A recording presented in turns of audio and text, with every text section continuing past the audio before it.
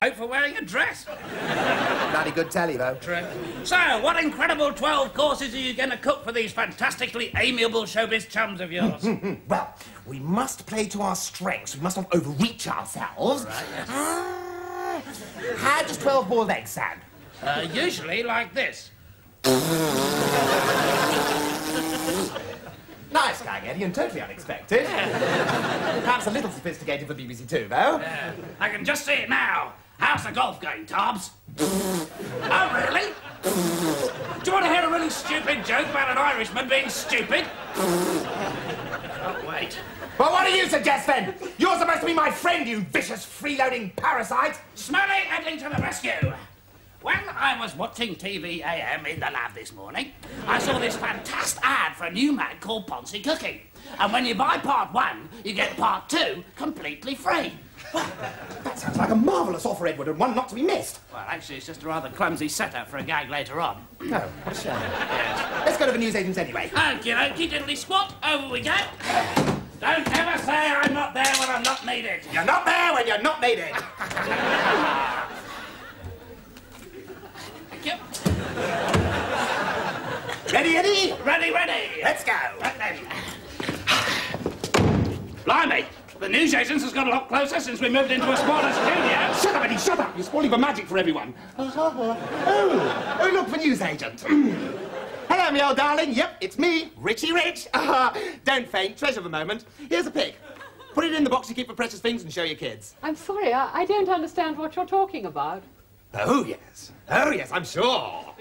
One of the cool type, are we? Gonna boast to your friends, are you? I met Richie Rich this morning and I pretended I didn't recognise him. Hee. What a sad little life you must lead. Are you mad? That's little Zany, yes. Excuse me. Do you have part 1 of Ponzi Cooking with part 2 completely free? Certainly. £1, please. Aha! I'm afraid I have no money, so I'll just take part 2 for nothing, shall I? Ha! Stupid slag! Come on, Richie! £1, please. I'll give you a mention on my next programme. I shall send for the police. No, you won't, darling, because your part's over. Yeah, it's the end of your scene. Back to the doll for you, love. 5 lines, thank you, and good night. Well, I must say, this looks very interesting. She's trying, you know. That, Eddie, is the biz. It's a tough life. It's a tough life, dearie. I mean, look at Arthur Mullard. She used to be quite attractive. I still quite fancy her. Yeah. Well, I must say, this is very interesting. Must learn to read sometime. Right. Sort this health food. When I eat, I like to dice with a heart attack. Let's have a good traditional English roast with a coronary thrombosis to follow. Right, let's make a shopping list. Yeah. 400 pounds of oven chips. Right, well, that seems simple enough. Better check the larder first. Waste not, want not. Always remember there are poor children in the world. Oh, the little poor children. Yes. With their cosy little terrace dwellings. The roaring fire. Bread, cheese. Dripping. Add a little love. Makes a meal Fit for a king. I honestly think they're happier being poor. Yes, or perhaps not. Oh, well, who gives a toss anyway? Let's check what's in the larder. Any food? Only a couple of dirty mags. I'm sure there's a reason why we shouldn't be doing this, but I just can't quite put my finger on it at the moment. Try not to overtax your tiny mind, Eddie. At the moment, it's concentrating on breathing. Oh, shut up, you stupid slag. The check's in the post. Yeah, who the hell's do you think this is anyway? I'm the famous one, love. Come, Eddie. Let us go to the supermarket. Right. What a rotten shop! There's never anything you want to buy. For example, Crusoes. Bite-sized, cruise missile-shaped lumps of potato-flavoured snack. Warning, this product gives you cancer. Blimey, everything gives you cancer these days. You can't blow off without someone telling you it's carcinogenic. Mind you, in my case, I think it probably is. Probably. Ooh, careful, Eddie, you'll get grabbed by the dick. Ooh, we really didn't get arrested by the store detective viewers. It was just a pun we were doing. We have every intention of paying for this item, every intention. Ooh, Eddie, ooh. It'd be funny if somebody knocked that lot down, wouldn't it?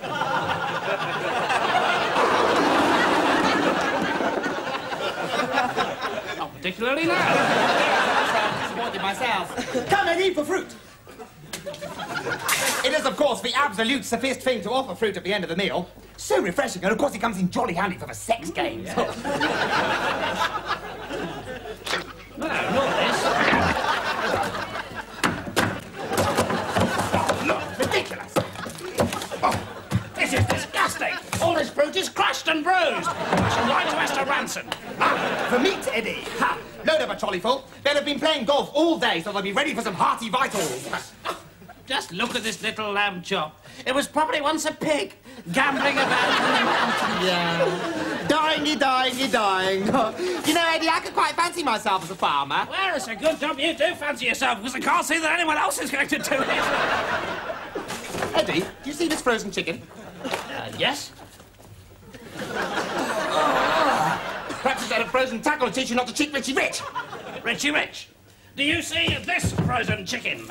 No, I think you do.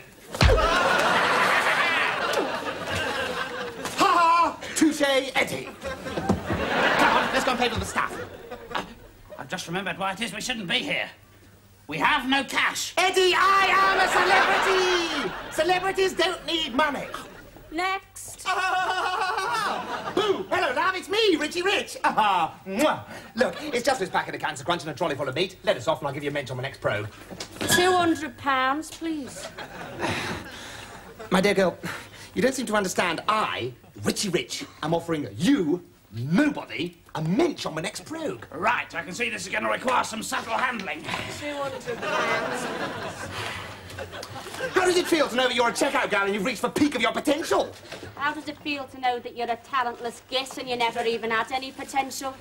I see. £200, please. Stitch that. Blimey, Richie, I think you're on there. I know I'll come on when I see it. For God's sake, this is ridiculous! Somebody here tell Donkey Face who I am! We don't know. Who are you? You jest. You tape. I'm one of Britain's top comic talents. Say something funny, then. Yeah, if you're so funny, Richie, why don't you say something funny? Just go on, say something funny. All right, then, all right, I will. Plop. Damn, mistimed it. Please bring that to get the manager. Mr. Forsyth. Listen, bitch! I was once continuity link man on TVS. I don't see why I should have to pay for my food. Listen, dickhead. No money, no food. You know, you're the sort of girl I could really fall in love with. However, no time, because, Richie... Yes. Run! I meant through the door. Sorry.